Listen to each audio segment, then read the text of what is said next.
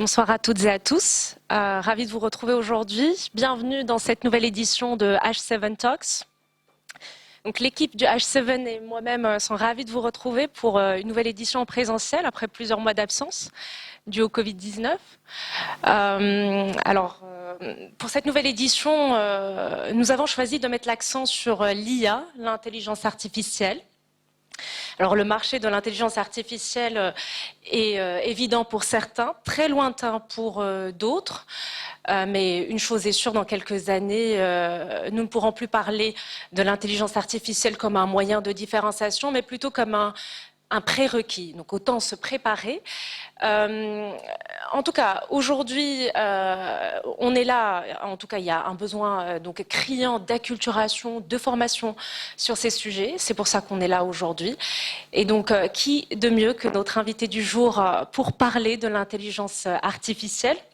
Elle est directrice du Centre international d'intelligence artificielle du Maroc au sein de l'université Mohamed VI Polytechnique. Elle est également professeure de classe exceptionnelle en Sorbonne Université à la faculté des sciences et d'ingénierie à Paris. L'année passée, elle a été nommée à la commission mondiale d'éthique des connaissances scientifiques et des technologies de l'UNESCO pour un mandat de 4 ans. Et cette année, eh bien, elle est nominée pour les Berkeley World Business Analytics Awards dans la catégorie Femmes de l'année 2021 pour le continent africain. Rien que ça.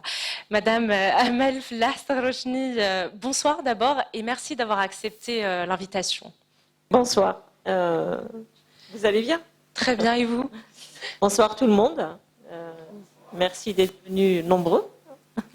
Alors, je vais écourter cette présentation. Je vais vous céder justement la parole pour une présentation succincte et on se retrouvera juste après pour échanger avec le public que je remercie chaleureusement d'avoir fait le déplacement. Merci beaucoup. Alors, moi, j'ai prévu une petite présentation de l'intelligence artificielle intitulée « L'inévitabilité de l'intelligence artificielle ». Donc, ça fait résonance avec ce que vient de dire Asma. C'est qu'aujourd'hui, investir et entreprendre dans le domaine de l'intelligence artificielle n'est plus un luxe, mais une nécessité absolue. Et donc, ça fait référence à l'inévitabilité des mathématiques. Hein, et l'intelligence artificielle, c'est un peu pareil. Elle utilise énormément de mathématiques. Donc, mais la question que je vais essayer de traiter dans cette présentation, c'est de quelle intelligence artificielle s'agit-il? J'imagine que vous entendez parler de l'IA à droite à gauche, en haut, en bas, partout dans le monde. Et il y a beaucoup d'amalgames, il y a beaucoup parfois des surenchères, hein, parfois des contre-vérités. Et moi, mon objectif, c'est de vous convaincre que l'intelligence artificielle, aujourd'hui, elle est plurielle.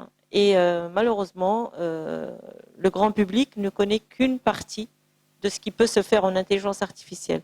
Donc, je ne suis pas là pour vous parler de machine learning, vous l'auriez compris, même si j'en fais beaucoup. Je suis là pour essayer de vous donner ma vision de ce que c'est que l'intelligence artificielle et ce qu'elle devrait être aussi dans un futur proche. Donc, si vous voulez connaître mes activités, j'ai un site digital-ia.org. Vous trouverez mes publications et tout ce que je fais. AI Movement, c'est le centre d'intelligence artificielle du Maroc qu'on a créé cette année au sein de l'UM6P pour booster l'écosystème et pour aussi développer la R&D en intelligence artificielle et aussi la formation. Et comme l'a dit Asma, je suis toujours professeur à Sorbonne Université, un quart du temps, et les 3/4 du temps, je suis au Maroc. Et puis, je ne raterai pas cette occasion pour remercier très chaleureusement H7 pour cette invitation. Et puis, j'aimerais dire quelque chose, c'est que c'est très très rare d'arriver à conclure n'importe quelle collaboration en 2 semaines. C'est un exploit. Je suis venue ici il y a 2 semaines. Je me retrouve déjà à faire une présentation. Donc, ça augure d'une certaine rapidité et je trouve que c'est très important dans le monde de l'entrepreneuriat. Voilà. Donc, ma présentation, elle est longue, mais je vais passer assez vite hein, sur certaines parties. Donc, je vais commencer par introduire l'intelligence artificielle. Mais avant, j'aimerais savoir, je vais poser une question. qui connaît bien l'intelligence artificielle? Juste pour que je ne me répète pas trop.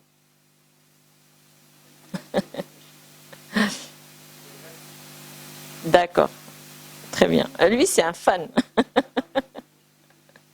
C'est lui qui me l'a dit. Donc, je vais introduire l'intelligence artificielle. Je vais essayer de montrer qu'une IA peut en cacher une autre, et même d'autres. Et puis, selon le temps qu'on a, on va parler des grands domaines de l'intelligence artificielle, de quelques projections. Que va devenir l'intelligence artificielle à terme, à court, moyen terme. Et puis, un sujet qui m'est très cher, mais peut-être que je n'aurai pas l'occasion de l'aborder puisqu'on n'a pas beaucoup de temps, mais je reviendrai, c'est l'éthique de l'intelligence artificielle. D'accord ? C'est un sujet qui est très important aujourd'hui. Donc, vous avez dû voir ce schéma souvent. Hein. Je ne vais pas le détailler parce qu'il me faudrait 3 heures. Mais en fait, est-ce qu'il y a un pointeur ? Bon, je ne vais pas faire de bêtises. Donc, en fait, ce que je voudrais montrer ici, c'est que l'intelligence artificielle remonte aux années 40, 1946, avec les premiers réseaux de neurones.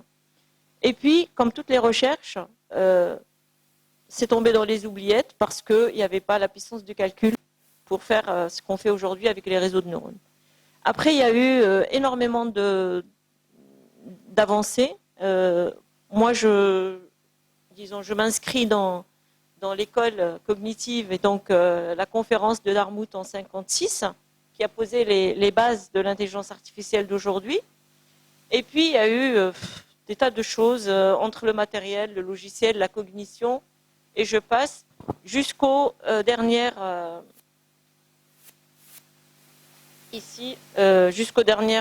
aux derniers succès qui ont fait exploser le domaine de l'intelligence artificielle, en particulier tout ce qui est autour des jeux. Donc, vous avez dû entendre parler du jeu de Go, du jeu d'échecs, et les algorithmes d'intelligence artificielle qui ont complètement explosé les champions du monde dans ces deux jeux. Et du coup, on a commencé à prendre l'intelligence artificielle au sérieux. On s'est dit, bon, il y a quand même quelque chose, hein. C'est pas que de l'algorithmique, c'est pas que du calcul, il y a autre chose dans cette intelligence artificielle. Alors, donc, le Summer Camp de Dartmouth en 1956, ici vous avez Marvin Minsky, qui a écrit un livre que je vous recommande si vous ne l'avez pas lu, qui s'appelle La Société de l'Esprit, d'accord, et vraiment qui explique le début, qui explique les concepts cognitifs de l'intelligence artificielle. Alors, ces 4-là ont fait ce petit workshop et ils ont dit, bon, voilà, qu'est-ce qu'on veut faire, c'est quoi? Et c'est eux qui ont donné le nom d'intelligence artificielle à l'intelligence artificielle d'aujourd'hui. Alors, beaucoup de gens me disent, oui, mais c'est pas vraiment de l'intelligence artificielle, etc. Moi, j'ai une métaphore, je dis, regardez la lumière du jour, elle est claire, d'accord? Regardez cette lumière, elle est claire aussi. Donc, ce qui change, en fait, les fonctionnalités de l'éclairage peuvent être obtenues par quelque chose de naturel ou quelque chose d'artificiel. Et les fonctionnalités qu'offre l'intelligence artificielle peuvent venir de l'humain, avec de l'intelligence naturelle, et peuvent venir aussi de quelque chose d'artificiel que l'humain a mis en place. Alors, il y a un grand débat sur la différence entre l'intelligence humaine, l'intelligence artificielle. Moi, ce qui m'intéresse de savoir, c'est quelles sont les fonctionnalités que cette intelligence artificielle va pouvoir mettre en ligne au service de l'humanité. Donc, ma définition et la vision que j'adopte pour l'intelligence artificielle, c'est une science et une technologie qui va étudier les processus cognitifs humains et les reproduire par la machine. Donc, ça ne veut pas dire qu'on va substituer la machine à l'humain, c'est simplement on va essayer de reproduire les mêmes choses. Lorsque vous avez une Alexa qui parle, Alexa, ce n'est pas un humain. Et pourtant, elle parle comme un humain. D'accord ? Elle connaît plus de langues que moi, ça c'est sûr. Au moins. Ne serait-ce qu'en termes de diversification linguistique. Lorsque vous prenez un robot qui est capable de porter des gros poids, qui peut aller, comme ce qui s'est passé dans le crash Rio-Paris, c'est un robot qui a remonté les épaves, ce n'est pas un humain. Parce qu'on était à 7000 mètres, ou je ne sais pas combien de mètres sous l'eau, et l'humain n'a pas le souffle pour aller chercher l'épave, même avec les technologies de la marine, de tout ce qui est sous-marin, etc. Donc aujourd'hui, et c'est comme cette lumière-là, elle peut éclairer mieux que la lumière du jour, quand il fait un peu sombre, d'accord, quand il fait pas beau, quand il pleut, etc. Donc ça interpelle en fait sur le fait que l'intelligence, même artificielle, parfois elle peut surpasser et de loin l'humain. Et là aussi, la question qui se pose, quand on parle de l'humain, c'est de quel humain on parle. Est-ce qu'on parle de l'humain lambda, le commun des mortels? Est-ce qu'on parle de l'humain éduqué, sophistiqué, qui sait raisonner, etc. Est-ce qu'on fait une moyenne pondérée? Qu'est-ce qu'on fait? De quoi est-ce qu'on parle? Eh bien, c'est la même chose pour les algorithmes. Il y a des algorithmes très sophistiqués, d'autres un peu moins, etc. Je ne vais pas vous faire peur, mais dans la plupart du temps, les machines font mieux que les humains. Et il y a une étude qui a montré que 80% des radiologues sont moins bons que les algorithmes. Donc, on a 20%, Dieu merci, qui restent, mais qu'est-ce qu'on fait des 80%? Ça interpelle quand même. Ça veut dire qu'il faut qu'ils changent de métier, qu'ils fassent autre chose que la machine ne sait pas faire par rapport à la radiologie.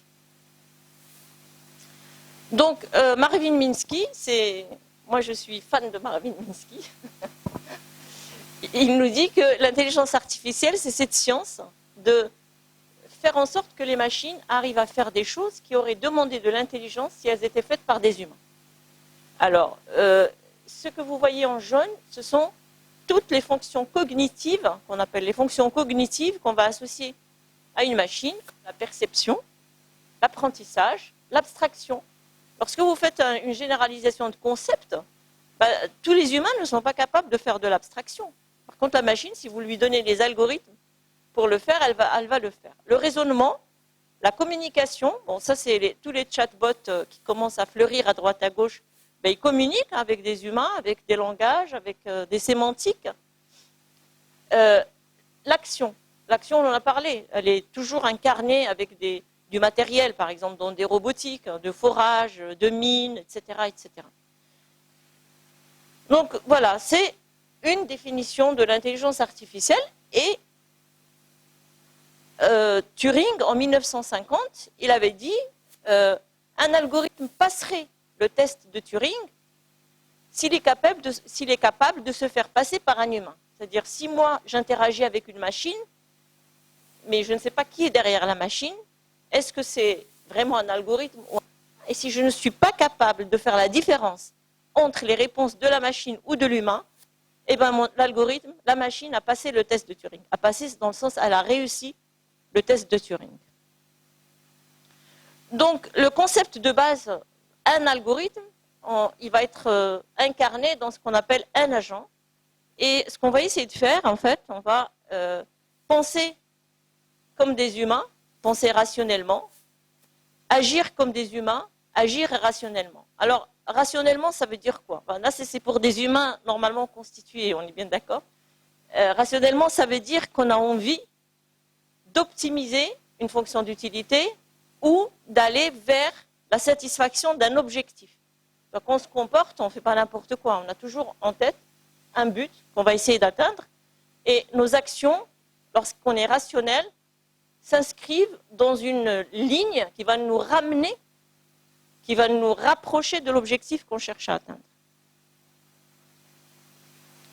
Donc, il y a globalement 4 façons de faire de l'intelligence artificielle. Donc, on a les systèmes qui pensent comme les humains, les systèmes qui agissent comme des humains, les systèmes qui pensent rationnellement et les systèmes qui agissent rationnellement. Donc ici, vous retrouvez un peu les grandes catégories de recherche qu'on va trouver dans le domaine de l'intelligence artificielle. Lorsque vous pensez par exemple à des systèmes qui pensent comme les humains, là, ce qu'on va essayer de faire, imaginez par exemple que vous voulez modéliser une société humaine ou une organisation humaine, eh bien vous allez essayer de trouver un modèle avec des agents qui vont se comporter comme des humains. D'accord? Et là, vous êtes dans ce qu'on appelle la modélisation cognitive, qui est apparue avec Newell et Simon en 1960, mais beaucoup de gens travaillent dessus aujourd'hui.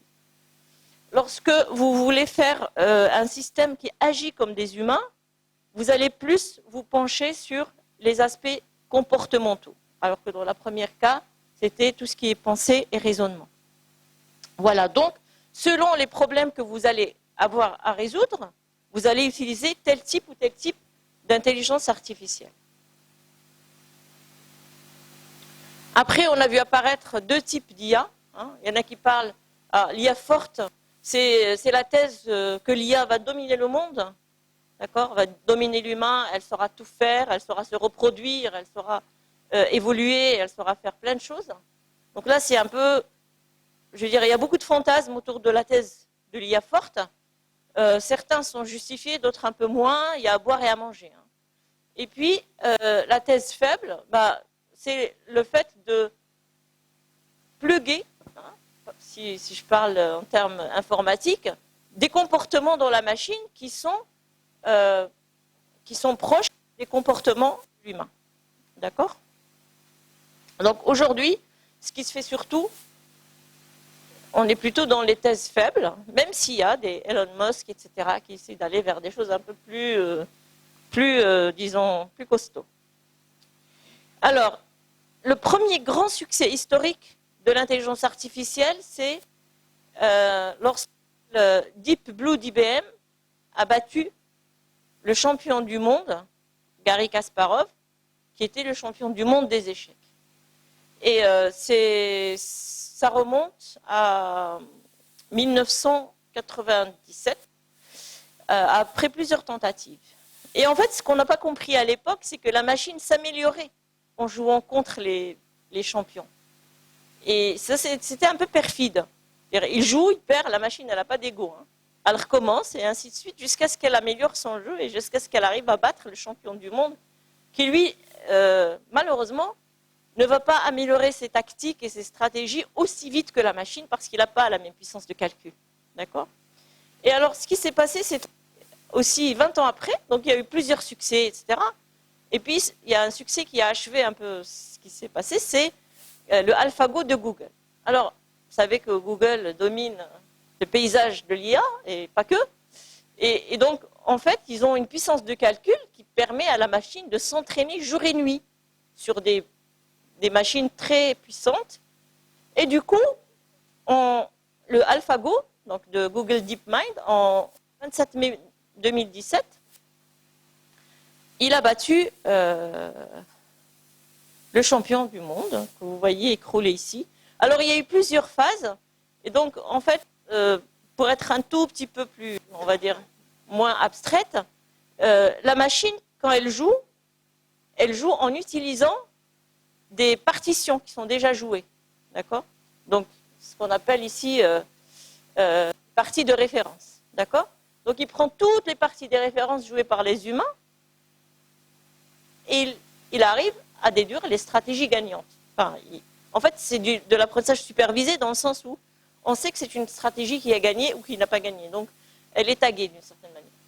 Et puis, il va s'entraîner en utilisant, on continue à jouer avec les humains, et puis quand il n'a plus d'adversaire valable, il va continuer à jouer contre lui-même.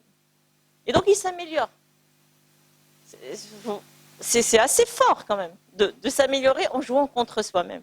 L'humain, qu'est-ce qu'il fait? Il s'écroule. En gros, quand il perd, il ne va pas plus loin. La machine, elle continue.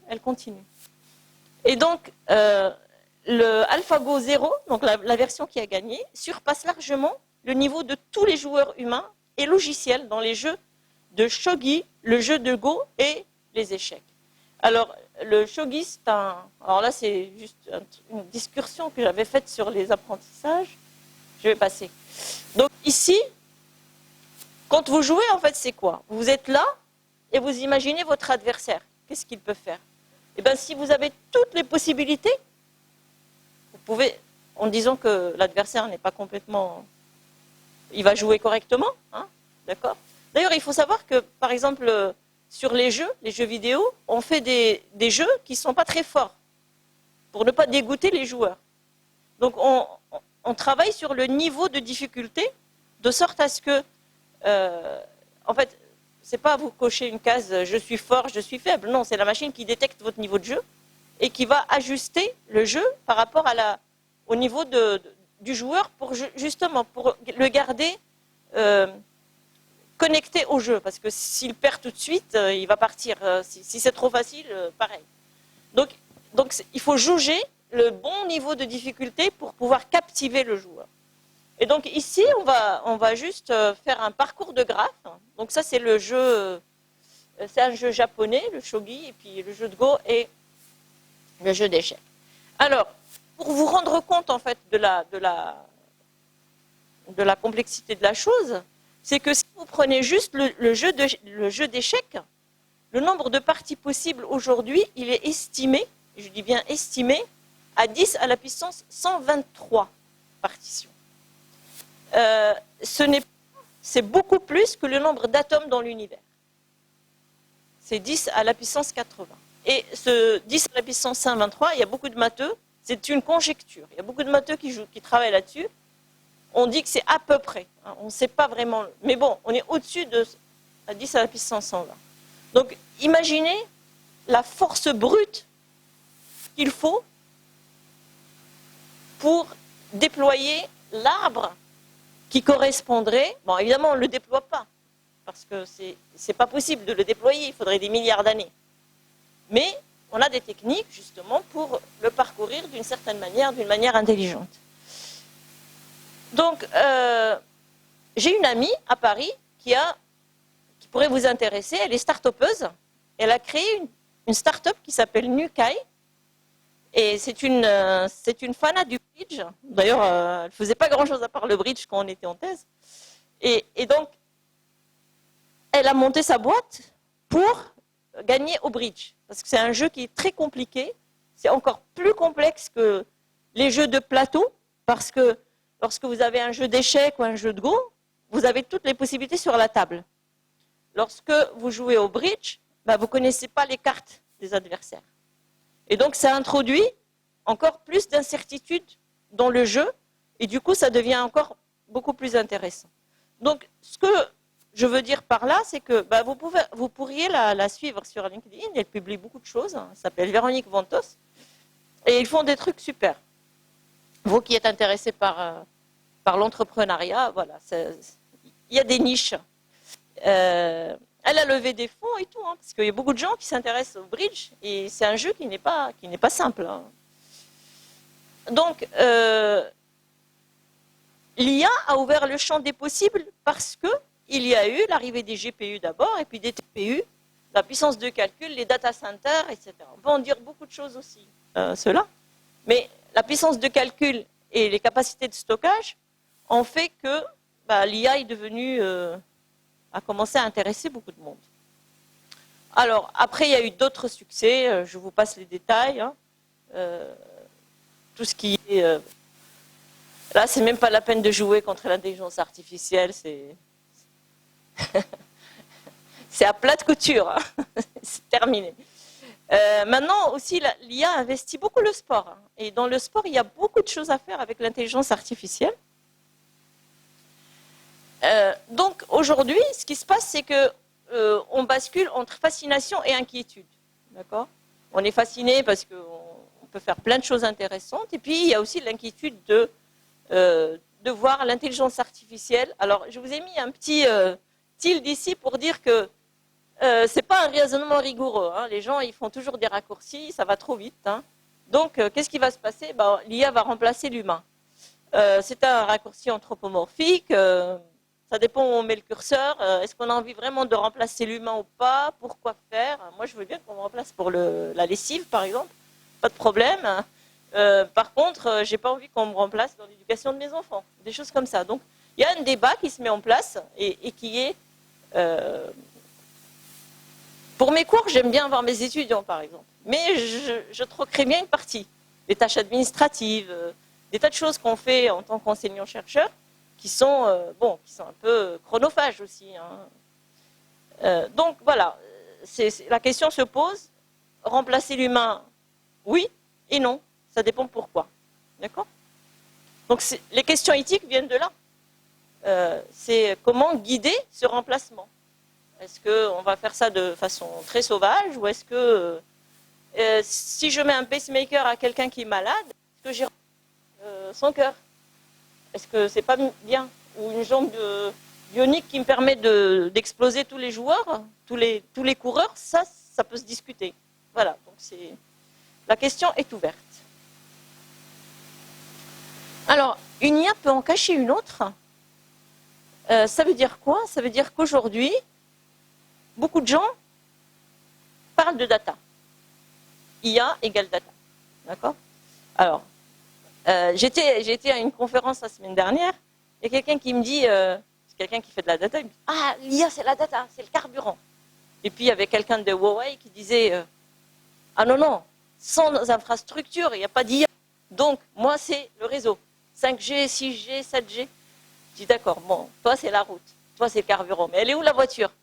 Et donc la question c'est, la data c'est très bien, c'est très important, ça a apporté vraiment des avancées colossales dans certains domaines, mais il n'y a pas que la data. C'est juste ça, il n'y a pas que la data. C'est un carburant pour une belle voiture, d'accord? Et il ne faut pas s'arrêter au carburant, sinon on reste dans la station d'essence. Et donc, la data, c'est quoi? Bon, il y a les signaux. Hein. Quand vous travaillez un peu avec de la physique, vous vous rendez compte qu'avant de parler de données, il y a déjà des qui arrivent, des capteurs et tout ça, il faut les traiter. Ensuite, on a des représentations conventionnelles qui sont des datas. Et à partir de ces données, on va essayer d'avoir de l'information. D'accord? Si je vous donne ma position, altitude, mon altitude, etc., vous n'allez pas pouvoir me situer. Si je vous dis je suis dans la tour Ivoire 3, là c'est une information symbolique. L'humain commence à comprendre de quoi je parle. Mais si je vous dis X égale Y, Z, etc., ça parle à personne en fait. Donc quand je dis une donnée signifiante, on commence déjà à faire de la modélisation. Et ensuite, on a la connaissance. Alors la connaissance, c'est un peu plus compliqué. On va faire des corrélations, on va mémoriser des choses. Et c'est là où on commence à toucher, à percevoir l'intelligence artificielle. Alors, cette connaissance, elle va nous permettre de faire quoi? De trouver les bonnes réponses. Si je vous dis, est-ce que Marie est là? Vous allez raisonner. Vous vous rappelez que Marie habite à tel endroit, ou Marie est partie voir sa grand-mère, ou ceci ou cela. Donc, ce sont ces représentations que vous avez de la chose qui vont vous permettre, en fait, c'est à partir de ces connaissances que vous allez pouvoir apporter des réponses. Et puis l'intelligence. L'intelligence, c'est la capacité de comprendre ce qu'on manipule et surtout de s'adapter. Donc, pour comprendre, il faut se poser les bonnes questions. On n'est pas en train de répondre, on est en train de réfléchir, donc de se poser les bonnes questions. Et puis aussi être empathique. Alors c'est quelque chose qui revient beaucoup aujourd'hui dans tous les modèles, c'est la question de l'empathie, parce que si on est dans un modèle d'interaction, et si on n'est pas empathique, on ne peut pas très bien comprendre ce qui se passe en face. D'accord? Et enfin, la conscience. La conscience, c'est quelque chose qui est recherché, mais on n'a pas encore de solution, même s'il y a beaucoup de gens qui travaillent là-dessus. C'est vraiment la capacité de sentir et de penser.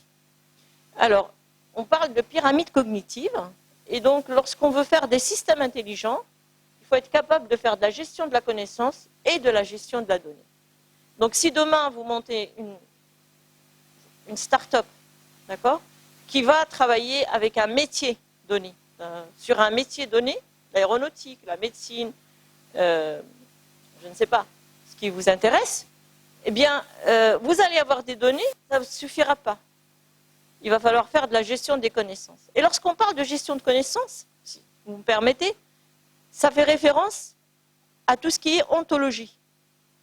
La connaissance, il faut l'organiser. Comme vous organisez les data, les données dans des bases de données, eh bien, la connaissance, il faut l'organiser, il faut la structurer, il ne faut pas qu'elle soit redondante. Et dans beaucoup d'entreprises, je travaille sur un projet avec une caisse marocaine qui a la caisse des retraites, par exemple. Ils ont des données en veux-tu, en voilà, mais ils ont de la redondance. Les choses ne sont pas connectées, les process sont multiples, à droite, à gauche. Moi, je parle de la caisse des retraites, mais on pourrait parler de l'OCP, on pourrait parler de de toutes les entreprises qui grossissent un peu, qui manipulent beaucoup de données. Puis bon, souvent, il y a du legacy, on a fait ceci, on a fait cela. Donc, c'est très, très important de réfléchir, quand on parle de gestion de connaissances, c'est de réfléchir quels sont les concepts, quelles sont les ontologies, comment les choses sont reliées entre elles, comment le process traverse l'entreprise, quel est le système d'information, comment je connecte la connaissance à la donnée, aux bases de données, au data lake, pas de data lake, etc., etc. Et donc, c'est très important, avant de commencer à dire, bah voilà, on a fait un système d'IA, bah c'est très important de se poser ce genre de questions au préalable. Donc, oui, juste, cette pyramide cognitive, elle a été proposée par un collègue de la Société Générale à Paris. Enfin, il s'appelle Bernard Georges. Il était responsable du SI de la Société Générale. Donc, il s'est vraiment cassé les dents sur ce genre de choses. Alors, donc, en d'autres termes, utiliser les bonnes données et les bons algorithmes pour générer les bonnes connaissances. Donc, lorsque vous regardez ce petit dessin, les petits points que vous avez là, bah, c'est la data. Et lorsque vous commencez à leur donner un peu de sens, allez, ça devient de l'information. Ensuite, de la connaissance, vous commencez à les connecter. D'accord ? Après, vous pouvez vous poser des questions, vous avez de l'insight. Et puis, vous avez aussi de la sagesse qui peut émerger de tout ça. Et c'est avec ça que vous pouvez avoir de l'impact. Ce n'est pas avec des données qui sont complètement explosées. Donc, ce que vous voyez à droite, c'est les mêmes données qu'on a colorées et on a fait on a vu un petit chat là-dedans. Donc, c'est de la créativité. Et donc, si je partais des données que je vous avais montrées au début, de Minsky, etc., ben, les données sont très pauvres.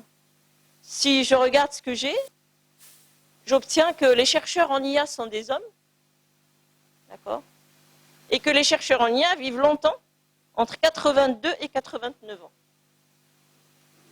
C'est faux, d'accord? Donc, il faut bien calibrer ces données, bien sélectionner ces données, bien travailler ces données.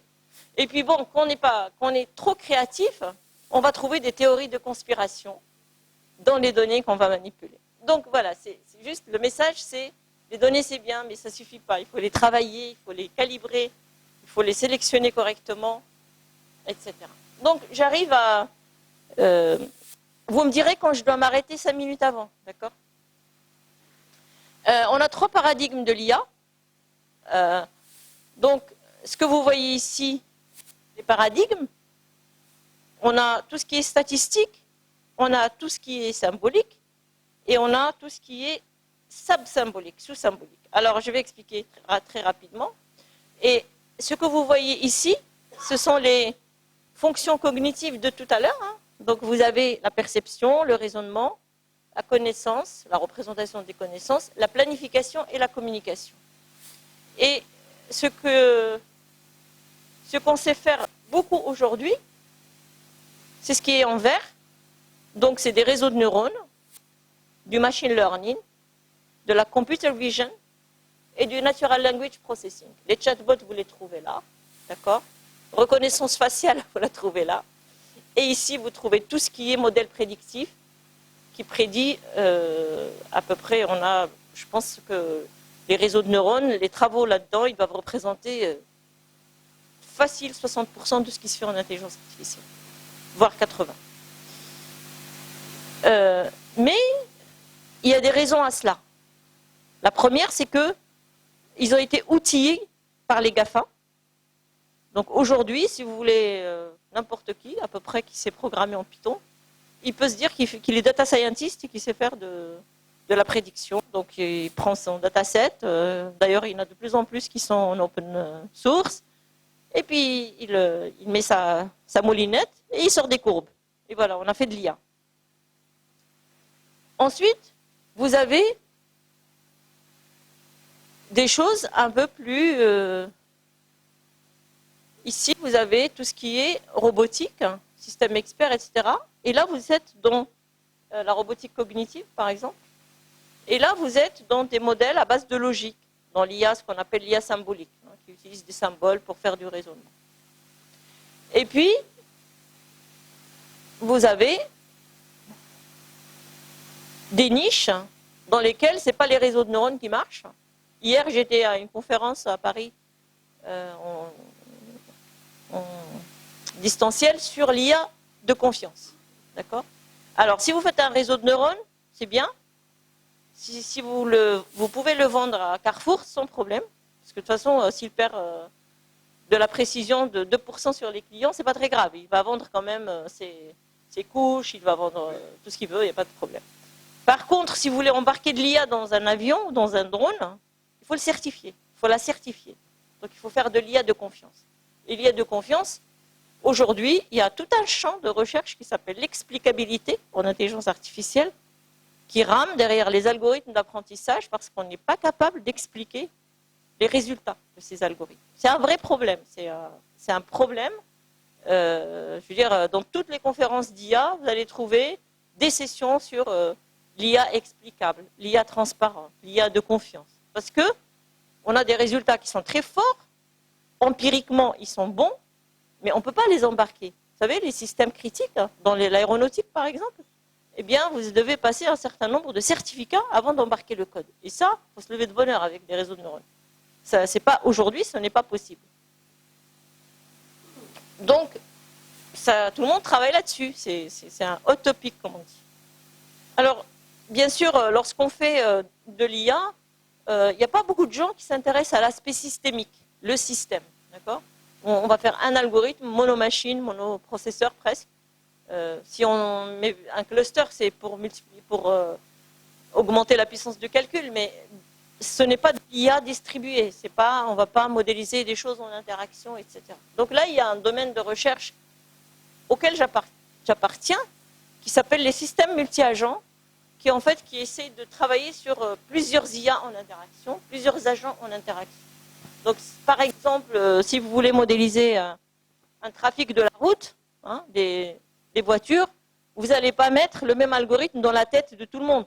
C'est pas possible, on ne conduit pas pareil, on ne fait pas la même chose, on n'a pas les mêmes réflexes, etc. Et donc, si vous avez souvent des applications qui se prêtent à la multitude de systèmes, d'expertise. Si vous mettez plusieurs experts autour d'une table, vous avez envie de différencier leur comportement. Ils ne peuvent pas être pareils, sinon il faut avoir juste un et multiplier par n. D'accord ? Donc, il y a beaucoup de domaines d'application où la notion de système est très importante.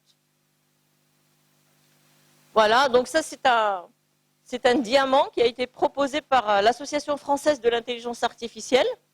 Donc là, vous retrouvez les systèmes multi-agents, vous retrouvez l'apprentissage, le raisonnement, tout ce qui est autour de la connaissance, c'est très important. Tout ce qui est gestion et knowledge management, c'est l'ingénierie des connaissances aussi. Par exemple, vous prenez toutes les applications médicales, si vous ne faites pas de l'ontologie médicale, vous ne pouvez rien faire. Il faut avoir une ontologie de la médecine, ou en finance, ou en banque, etc. Tout ce qui est traitement de la langue, parole, etc., le web, et puis là, vous avez les technologies. Qu'est-ce qu'on utilise comme moyen technologique pour faire ces choses-là? Donc, par exemple, la programmation par contrainte, la programmation logique, etc. Donc, je vais vous présenter un petit exemple pour vous montrer la complexité en fait, de ce qu'on peut faire avec l'intelligence artificielle. Donc ça, c'est un projet, on avait participé en tant qu'équipe à Paris. Donc là, pour ceux qui connaissent bien Paris, vous retrouvez la rue Soufflot. Et donc, en fait, on voulait faire de l'animation de la vie dans la ville. D'accord ? En prenant en compte les piétons, les voitures, les bus, les vélos, et toutes sortes de choses. Donc là, tout de suite, on est dans un système multi-agent grandeur nature. On avait 100 000 entités à modéliser. D'accord ? Donc le porteur, c'était Thales, parce qu'ils avaient fait... le projet s'appelle Terra Dynamica, et Thales avait fait Terra Numérica avant. Elle avait numérisé plusieurs quartiers de Paris, de New York, etc., pour avoir un moteur physique pour faire des vraies simulations. Et donc, nous, ce qu'on avait fait, on avait proposé de la simulation, de l'IA symbolique, l'architecture cognitive.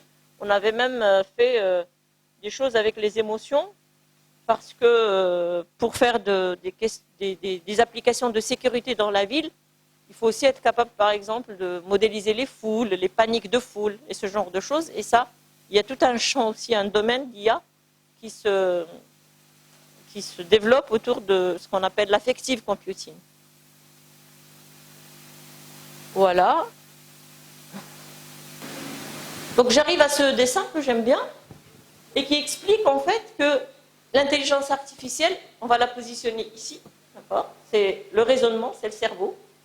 Ici, vous avez les données, ou le big data. Ici, vous avez tout ce qui vous permet de récupérer la donnée, donc la connectivité, l'IoT, les objets connectés, etc. Donc, à partir de ces données, vous récupérez des collections. À partir de ces IoT, vous avez des collections de données qui arrivent dans vos bases de données, dans votre cloud, dans votre data center. Et après, vous pouvez faire, c'est à double sens, hein, c'est pas un flux. Vous pouvez faire de la connaissance. Il y a des modèles, par exemple, d'apprentissage qui vont prendre les données et qui vont générer de la donnée. Quand il n'y a pas de données, on va générer de la donnée à partir de règles d'intelligence artificielle. D'accord ? Alors, quelque chose qui reste qui est vraiment très importante, c'est tout ce qui est cybersécurité, qui est transverse à tout ce qu'on peut faire en intelligence artificielle. On ne va pas rajouter la non-sécurité à la non-explicabilité. Donc déjà, on essaye informatiquement de gérer les questions de sécurité. Voilà. Donc là, ce que vous voyez en bas, en fait, ce sont les grands domaines. Donc ça va du business management, smart star, c'est smart city, smart farming, smart tout ce que vous voulez. Les ressources énergétiques, hein. Il y a beaucoup de travaux aussi sur tout ce qui est les énergies renouvelables, par exemple, tout ce qui est gaz, tout ce qui est pétrole. On utilise beaucoup d'IA. L'industrie 5.0 avec les smart factories et la robotique aujourd'hui. J'ai quelques exemples si on a le temps. L'aéronautique, l'aérospatiale, en fait, c'est les fiefs de l'intelligence artificielle. Je pense qu'elle s'est beaucoup développée dans ces deux mondes. La santé commence à devenir aussi un très grand domaine d'application de l'IA. Et puis la créativité qui commence à émerger, donc tout ce qui est génération de contenu artistique, etc. Alors, si on ferme les yeux, on dit mais cette IA, on peut faire quoi avec? On peut analyser, faire de la prédiction, on peut agir, faire de l'action, et puis on peut créer, générer du contenu. Donc, on va devoir écourter dans 5 minutes, on passe à l'échange. Donc, dans les grands modèles de l'IA, vous avez l'IA mono-agent, avec un seul agent, l'IA multi-agent. Donc, si vous modélisez je prends l'orchestre, parce que dans un orchestre, vous avez une allocation de tâches, hein, le violoniste, le guitariste, et ainsi de suite. Donc, il y a une allocation de tâches. Donc là, vous avez plusieurs individus en interaction. Là, vous montez dans le système, dans l'IA multi-agent. Vous avez le chatbot, qui n'est pas mono-agent, mais le chatbot est mono-agent, mais il est en interaction, donc je le mets là. Vous avez aussi la patrouille multi-agent, c'est un domaine, c'est un benchmark en système multi-agent pour surveiller des zones, pour faire tout ce qui est drone par exemple. Donc voilà, vous avez l'IA qui crée, on va la retrouver là, l'IA qui agit et l'IA qui analyse. Alors, je vais passer. Et vous pouvez me passer ma petite vidéo? Vous pouvez me passer ma petite vidéo? Je vais terminer avec ça.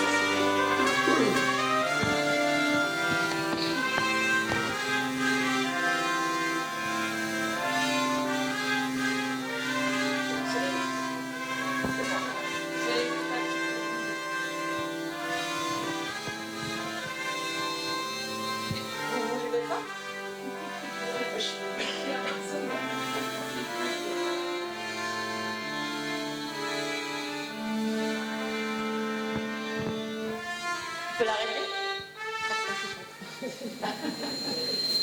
Voilà, donc ça j'ai pris l'exemple de l'hymne national, d'accord? C'est pas la partition qui est là, hein, d'accord? Pour les musiciens, ils vont me flinguer là. Donc un petit réseau de neurones, et pouf, 5 minutes et vous avez l'hymne national. Vous connaissez beaucoup de gens qui peuvent jouer l'hymne national en 2 secondes. Et il n'y en a pas beaucoup, surtout s'ils ne le connaissent pas. Donc là, la machine elle est capable de jouer des partitions. La machine est capable de jouer des partitions et de faire de la musique. Voilà, ben écoutez, j'ai encore plein de choses, mais on va s'arrêter là. On manque un peu de temps. Oui, On va vraiment céder la parole en fait au public de façon à échanger aussi. Ce sera tout aussi intéressant. Merci beaucoup en tout cas pour votre présentation qu'on a suivie avec beaucoup d'attention. Merci à vous. J'aurais une première question à vous poser avant de justement de nous tourner vers le public pour vos commentaires, vos remarques, vos questions éventuellement. Et si vous le permettez, pardon, je voudrais m'intéresser aussi au Maroc. Et ma première question sera de savoir s'il y a besoin d'adapter l'IA au contexte marocain. C'est pas l'IA qu'il faut adapter, ce sont les algorithmes. Enfin, ce sont Le Maroc, il a des problématiques, hein, d'accord, qui sont certaines sont un peu universelles et d'autres un peu moins. Donc, il faut innover, il faut trouver des solutions qui répondent à des besoins marocains. Mais l'IA en tant que science, elle n'a pas à être adaptée en tant que science, elle a à être adaptée en tant que solution potentielle pour des problèmes spécifiques. Dans ce cas-là, qu'est-ce qui nous manque en fait ici au Maroc pour avoir un écosystème dynamique, comme on pourrait le voir ailleurs, sous d'autres cieux? Alors, je ne veux pas faire de la pub, mais lisez mon article dans tel quel qui sort demain. Ah, d'accord. Donc on n'a rien raté encore. Non, je plaisante. Mais justement, la question se pose tout le temps, c'est pour ça que j'écris ce papier. Ce qui manque, je n'ai pas eu le temps d'en parler, mais on va aller vite. Hein.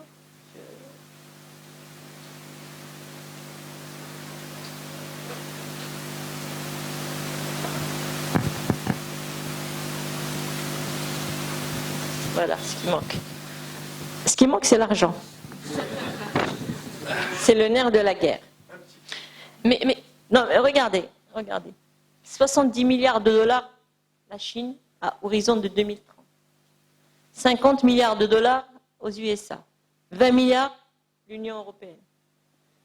Le MIT, un seul labo américain, 1 milliard de dollars. Le Maroc, en 2 ans, 50 millions de dirhams. On n'est pas compétitif. On ne peut pas être compétitif. Pourtant, j'ai déjà entendu dire des spécialistes qui disent que l'IA, pour faire de l'IA, il n'y a pas besoin d'investir beaucoup d'argent. Ah oui. Il faudra me les présenter. Vous ne validez pas. Je ne les citerai pas ici. Non. Ce que les gens veulent dire, c'est que ce n'est pas une technologie comme les nanotechnologies. C'est-à-dire qu'il n'y a pas besoin d'investir dans beaucoup de matériel. Hein, d'accord ? Moi, j'ai travaillé avec des collègues au CNET il y a longtemps, on faisait de l'épitaxie. Chaque petit truc, machin, il coûtait 5 000 €. Donc voilà, c'est énorme. On n'a pas ces besoins-là en intelligence artificielle. Mais quand même, il y a les clusters, il y a les data centers, il y a les machines, il y a les humains qu'il faut financer, il y a les programmes de recherche. Quand on fait de la recherche, il faut s'attendre à ce que tout ne marche pas. On n'est pas. Il faut apprendre et être prêt à jeter de l'argent par la fenêtre, à faire des tests, à faire des expérimentations, à créer des laboratoires. Ce qui manque, bien sûr, c'est la volonté. Et je pense qu'elle commence à exister. Hein. Je ne pense pas que la volonté. En fait. Quand vous dites la volonté, elle est politique ? Je ne suis pas de politique, moi, ce soir. Ce qui manque, en fait, c'est une vision cohérente et nationale. Donc elle est politique. Alors, non, ça peut être les chercheurs qui se mettent en réseau. Ils ont créé un réseau très sympathique autour de la médecine, de l'oncologie, des gens de l'IA, des médecins, etc. La volonté, elle peut être à tous les étages. Et puis, franchement, moi, je ne suis pas pour le top-down. Je pense qu'il faut aussi un peu de bottom-up.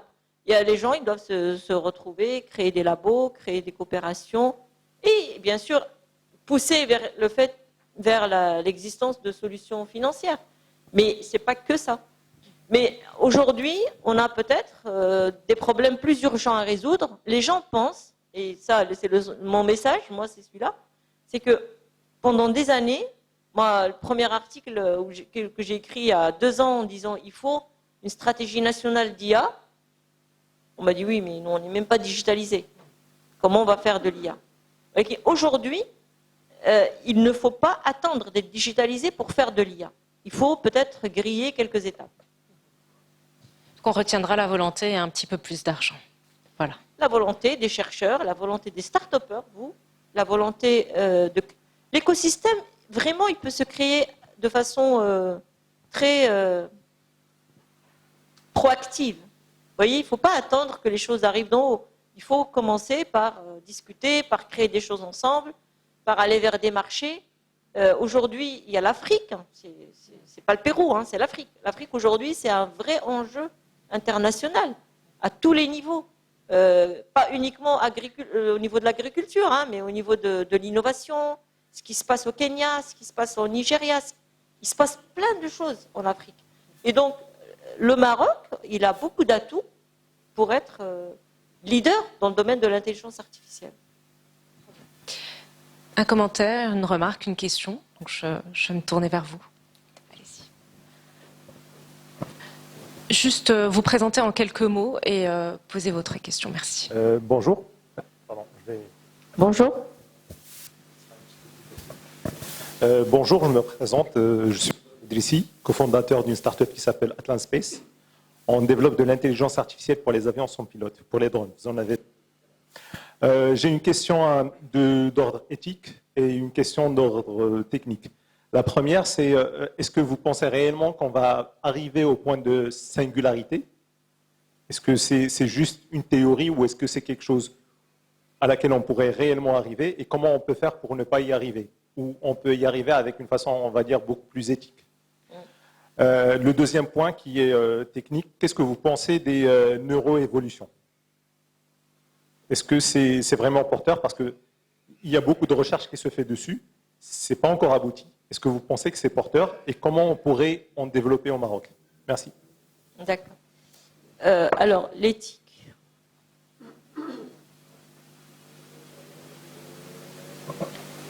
Tout le monde est d'accord aujourd'hui sur le besoin de définir un cadre éthique pour l'intelligence artificielle. Parce que sans en arriver à la singularité, et je répondrai à la question de la singularité, il y a déjà beaucoup de biais et beaucoup de travers. C'est pas...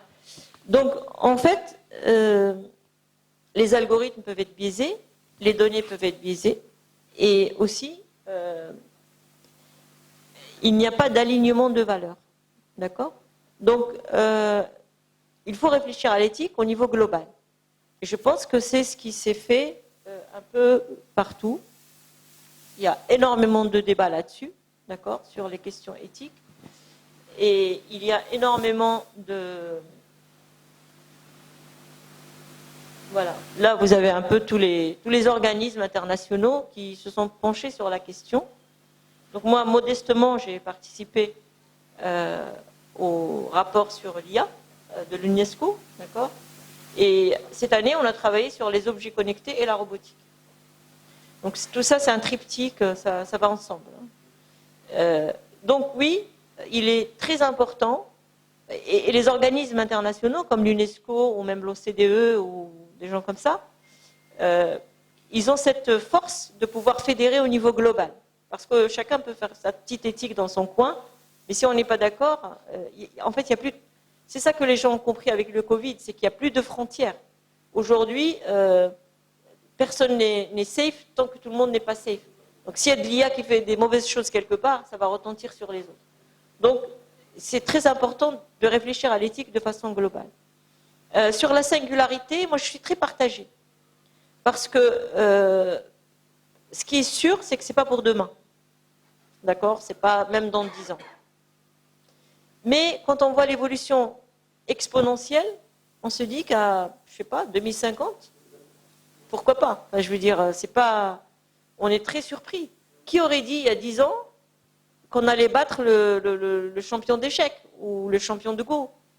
Et aujourd'hui, tout ce qui se passe avec les GAFA, et surtout les BATX, ça peut faire peur, honnêtement. Maintenant, personne n'est devin. Je veux dire, c'est pour ça qu'il faut être vigilant. On ne sait pas, les gens se posent des questions, on est capable de surpasser l'humain sur des tas de choses. Le jour où on fera une IA qui surpasse l'humain sur tout, c'est fini. Donc, et on ne pourra pas la débrancher. Donc, je ne dis pas qu'il faut avoir peur. Hein. Il faut travailler dans ce domaine et il faut être vigilant. Et c'est une opportunité extraordinaire qui va soulager l'humanité d'un certain nombre de choses. Comme, je ne sais pas si vous vous rappelez, les pyramides, comment elles ont été construites, ou même Knossos en Grèce, vous voyez les Grecs, comment ils montaient les pierres pour construire et tout ça. Aujourd'hui, vous avez une grue qui fait pouf, c'est terminé. 30 secondes. Tout ce qui était fastidieux a été repris par la machine. L'automatisation. Et l'IA, bon, l'IA, elle sublime l'automatisation, quelque part. Donc, je pense vraiment qu'il faut travailler sur l'éthique. C'est un sujet très important. Est-ce qu'il y a une éthique universelle ou est-ce qu'il faut l'adapter?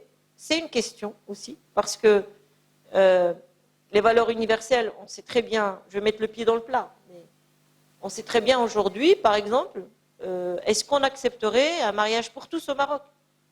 Est-ce que c'est éthique par rapport aux valeurs marocaines? Est-ce que il y a des tas de questions qui ont été tranchées dans les pays occidentaux qui ne sont pas prêtes d'être tranchées dans les pays arabo-musulmans, par exemple. Donc, c'est pour ça qu'on peut être interpellé sur la nature de l'universalité des choses. Mais ce qui est sûr, c'est qu'il y a des principes fondamentaux. Personne ne peut déroger. On ne peut pas tuer des enfants, on ne peut pas violer des machins, on ne peut pas, etc., etc. Donc, il faut arriver à ce dénominateur commun. Et c'est... D'ailleurs, non, mais pas du tout. Je voulais juste rebondir à sa question, la dernière. J'allais juste dire une phrase. Je regarde avec beaucoup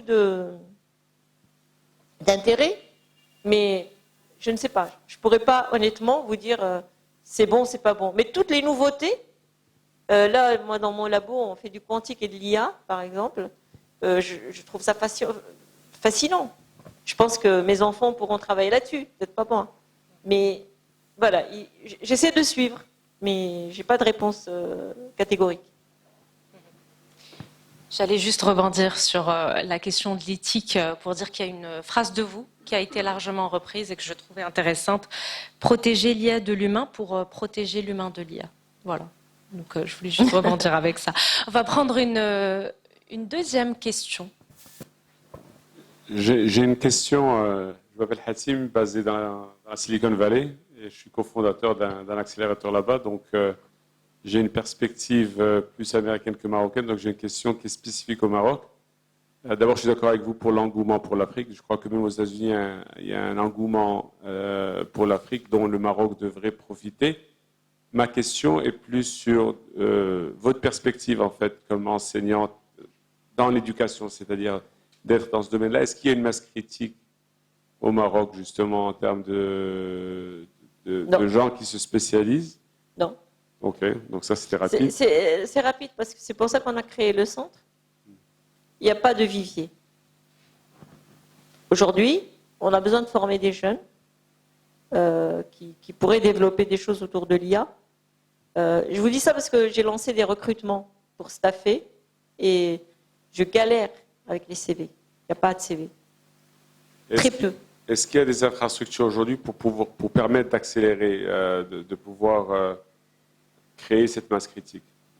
Ou est-ce qu'on manque encore d'infrastructures? Moi, je vois les universités. Est-ce qu'il y a assez de... Alors, aujourd'hui, on a un data center. Si vous parlez d'infrastructures matérielles, on a un data center à Ben Guerir qui a été mis en place par l'Université Mohamed VI Polytechnique et qui est co-géré avec Cambridge. D'accord. Et c'est le plus grand data center. Donc, c'est la fierté de l'UM6P.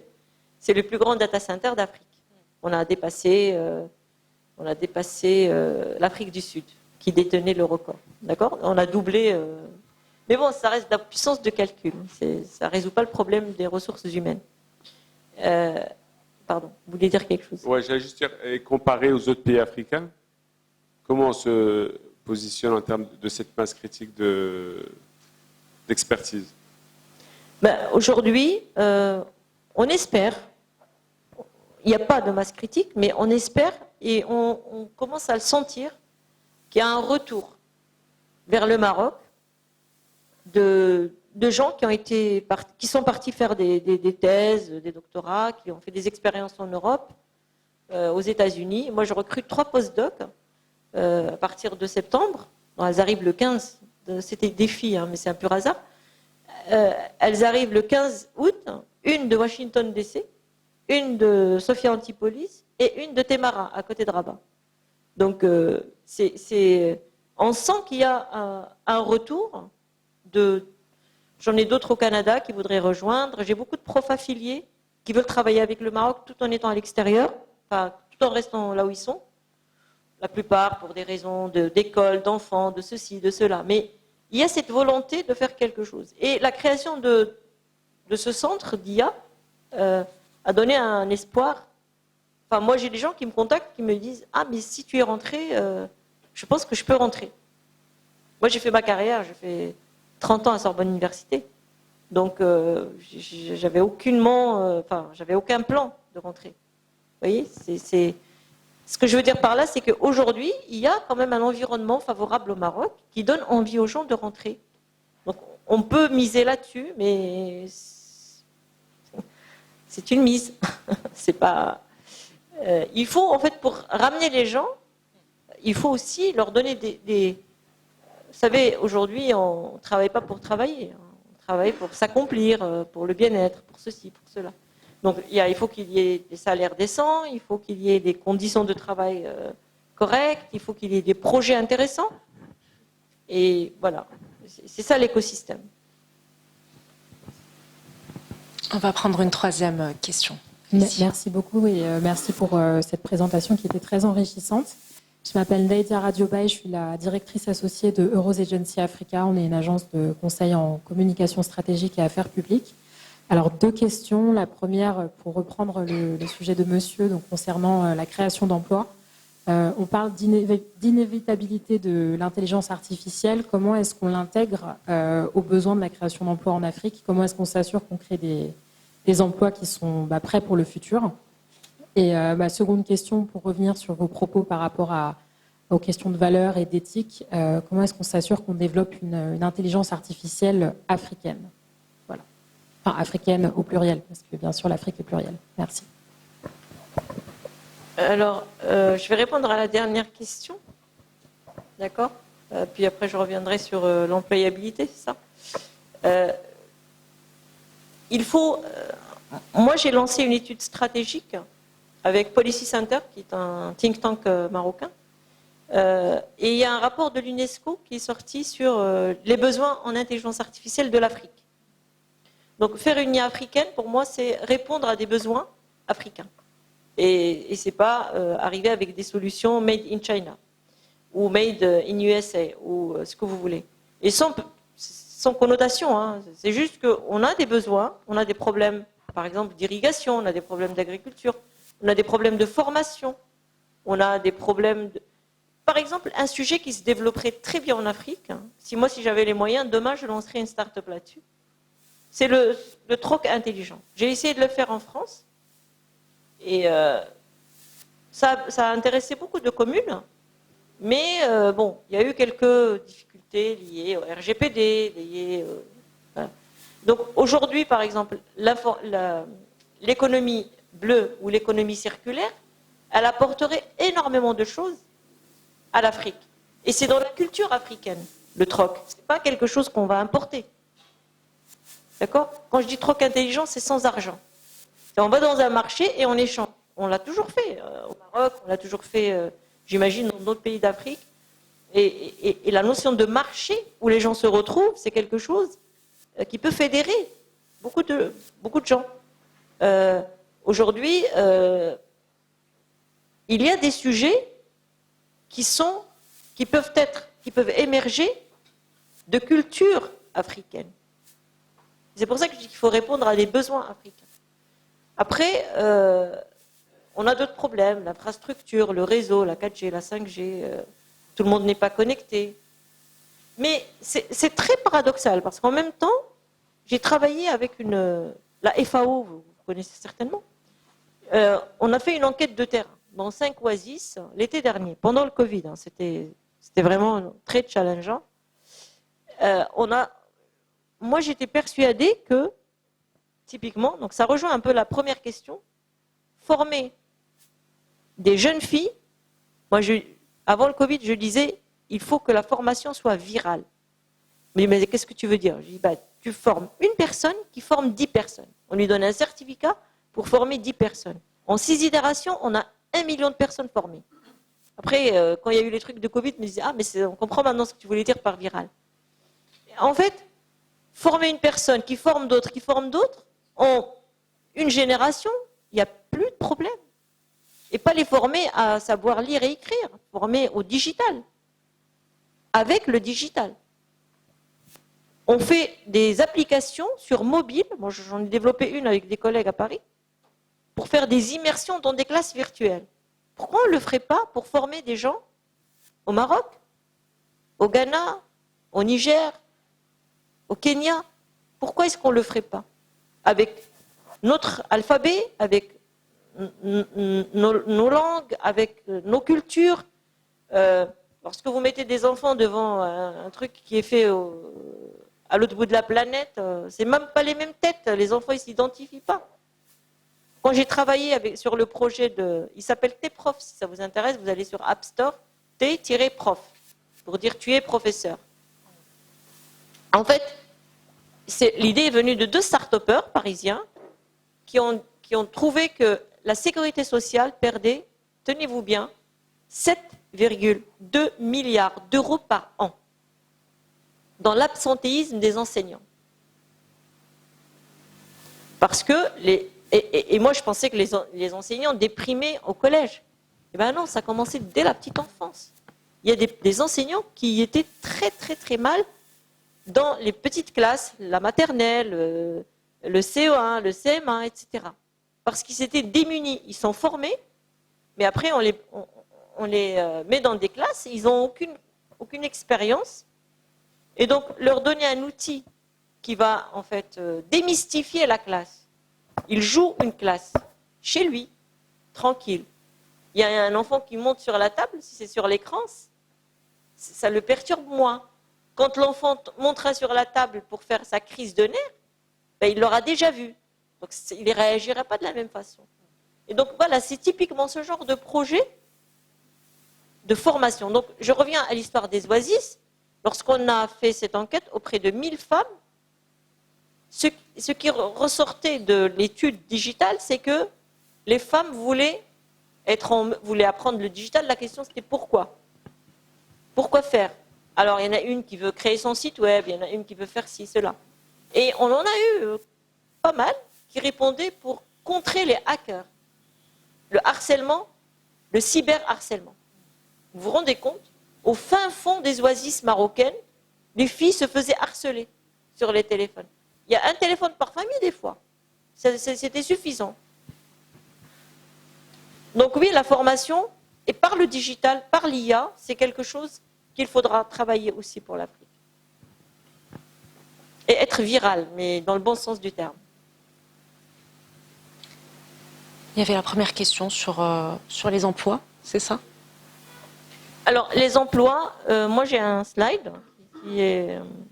C'est un faux problème de dire que l'IA va prendre les emplois des gens. Parce que là, c'est une étude de la Commission européenne qui dit qu'à horizon de 2025, il y a 60 millions d'emplois qui auraient été créés par l'intelligence artificielle.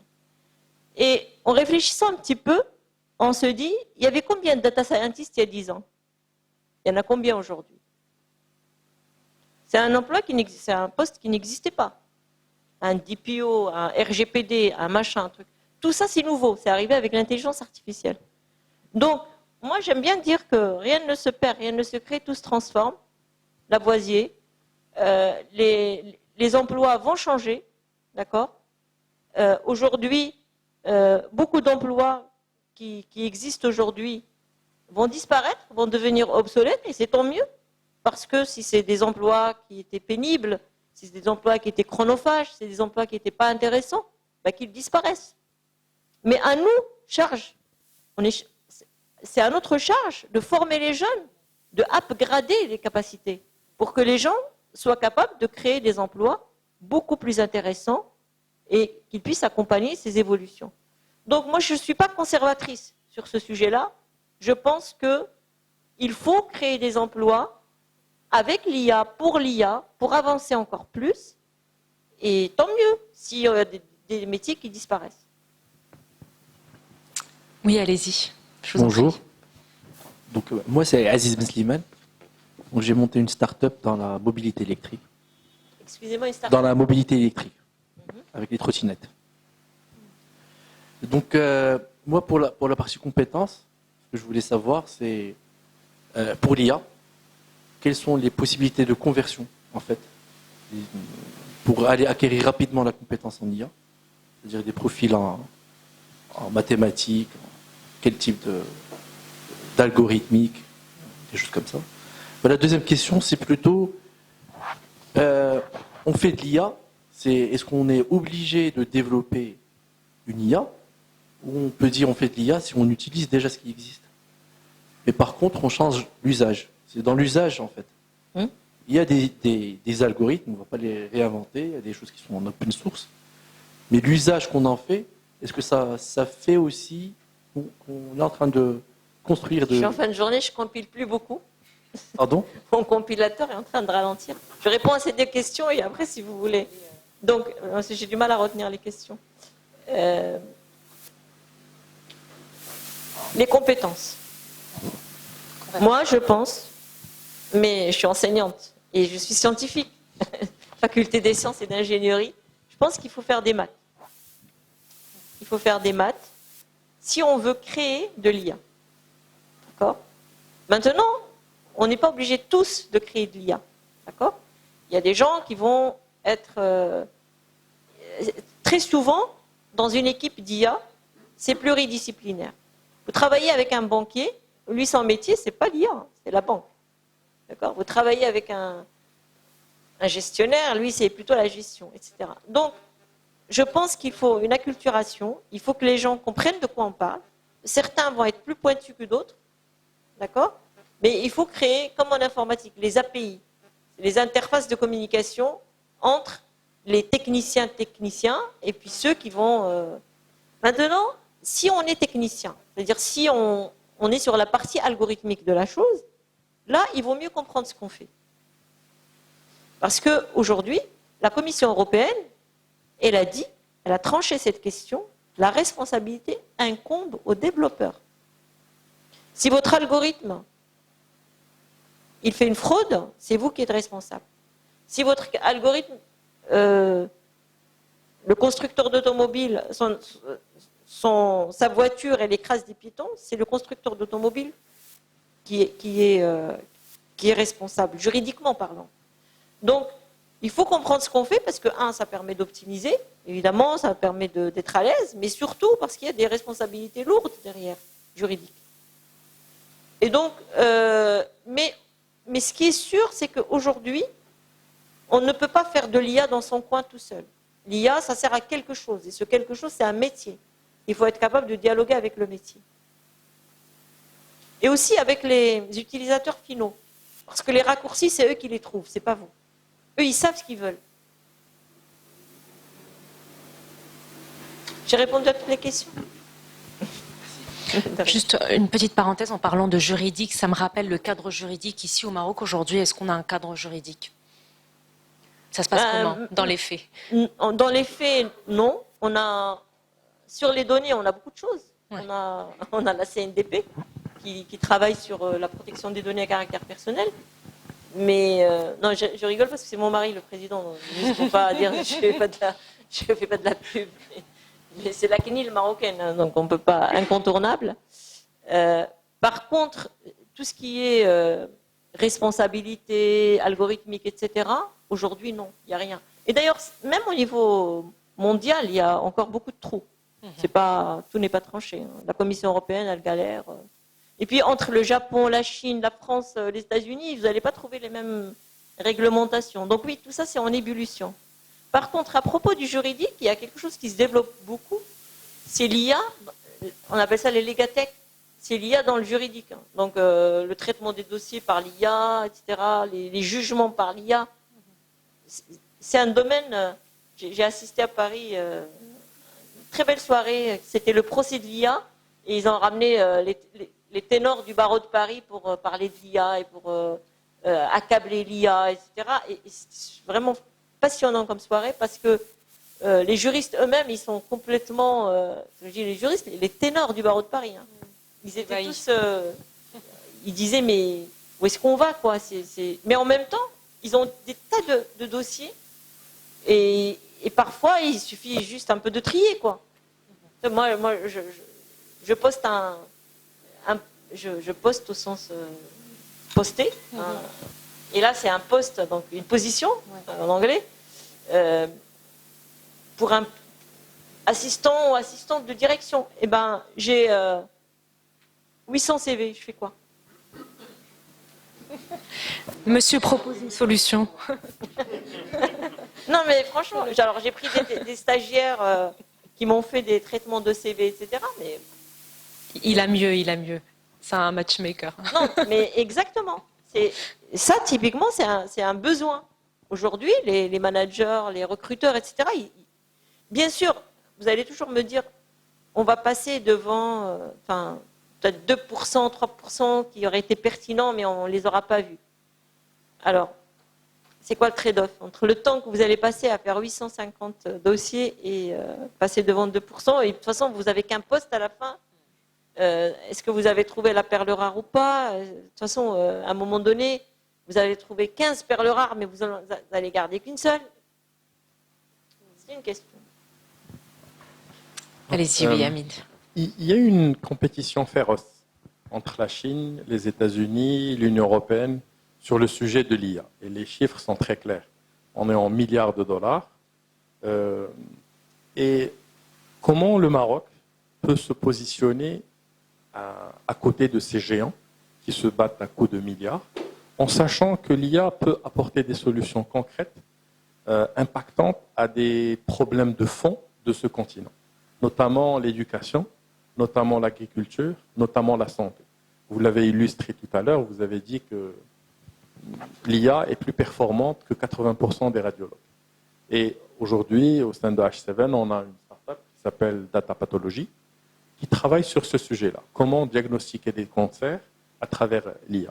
Sur l'éducation, on a vu quelques startups dans le monde qui sont capables de personnaliser le programme éducatif pour chaque petite et chaque petit.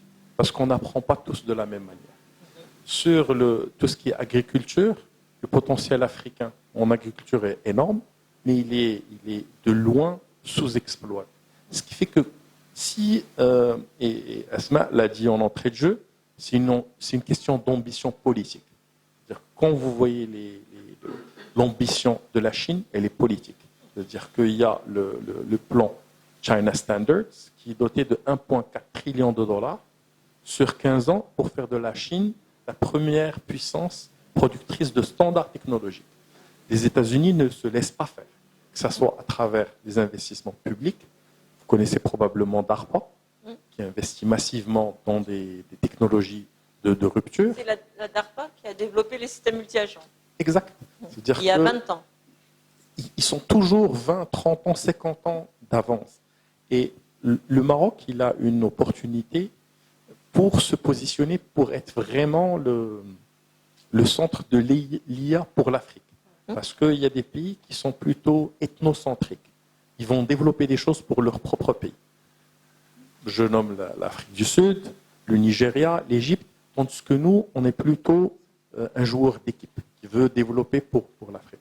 Si vous étiez en charge de cette vision ou de ce plan IA Maroc pour l'Afrique, vous le doterez de combien et vous ferez quoi sur les 3 premières années. Et vous avez un chèque en blanc. Vous pouvez dire qu'il n'y a pas de limite. Ne me dites pas ça.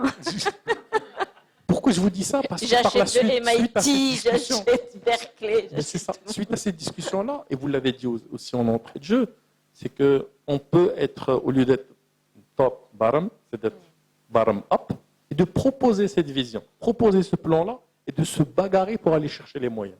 Parce qu'aujourd'hui, Sa Majesté a lancé le fonds Mohamed VI des investissements stratégiques, qui, un des axes, c'est l'innovation.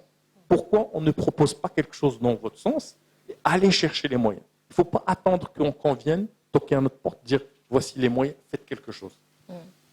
Ben, j'ai pas ici, s'il y avait Internet, vous verrez sur le site de AI Movement, on a 7 piliers.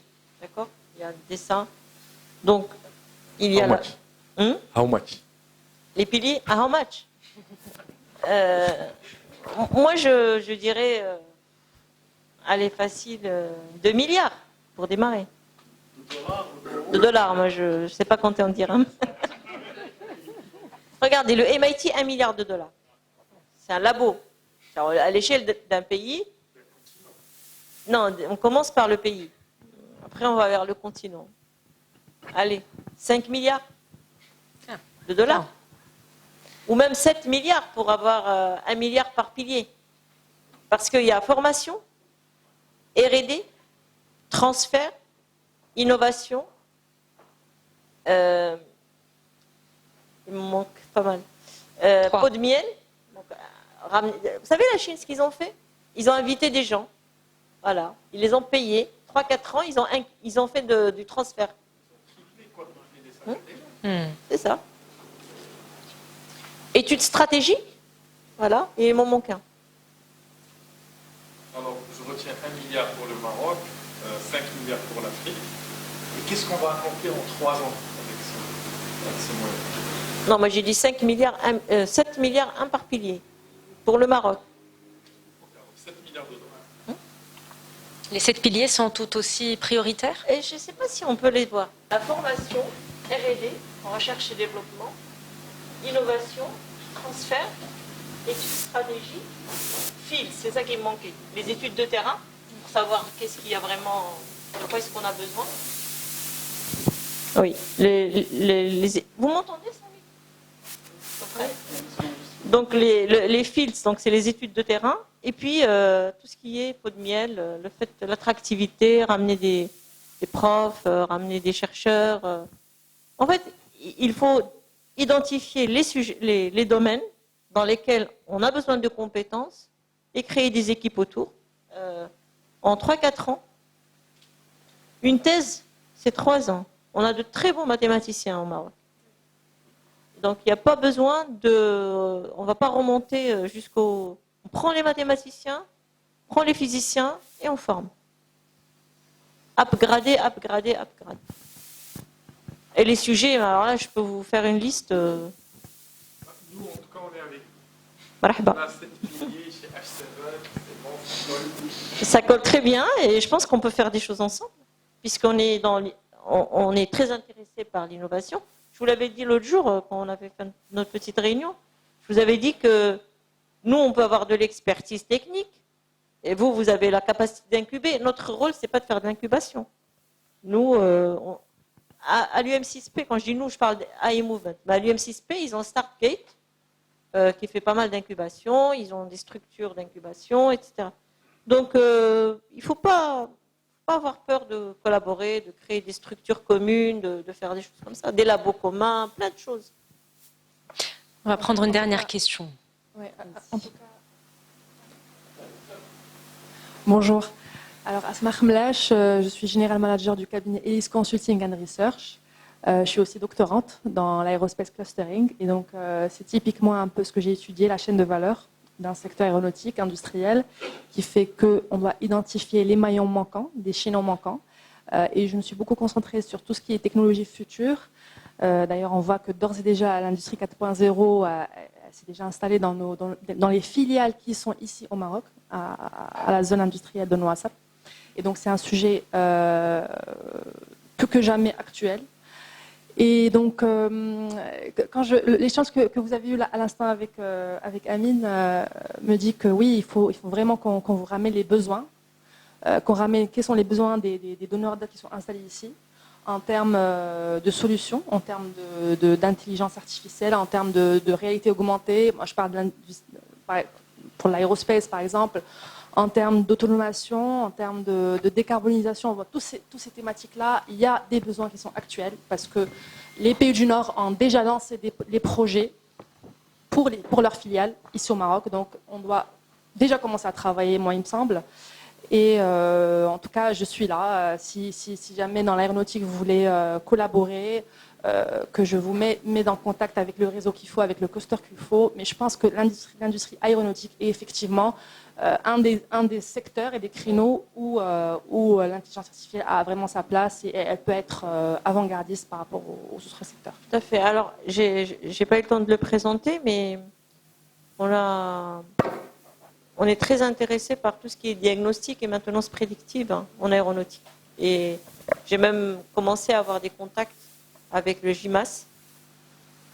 Donc voilà, s'il y a des facilitations, on est en train de mettre en place un atelier de diagnostic et on travaille avec des gens en France, comme l'ONERA. Bien sûr. Bien sûr. Voilà, j'ai encadré une thèse à l'ONERA, j'ai fait beaucoup de choses à l'ONERA, donc je travaille beaucoup avec Toulouse. Absolument. Et donc, une des plateformes, parce qu'en fait, pour arriver à faire tout ça, il faut des vraies plateformes. Donc là, on a besoin d'un peu de sous quand même. Et donc, pour ça, il faut mettre en place des ateliers pour faire de la cobotique, donc de la collaboration humain-robot, des choses comme ça. Et la maintenance prédictive nécessite aussi pas mal de lasers, pour numériser les objets, pour faire du diagnostic qu'on appelle non destructif.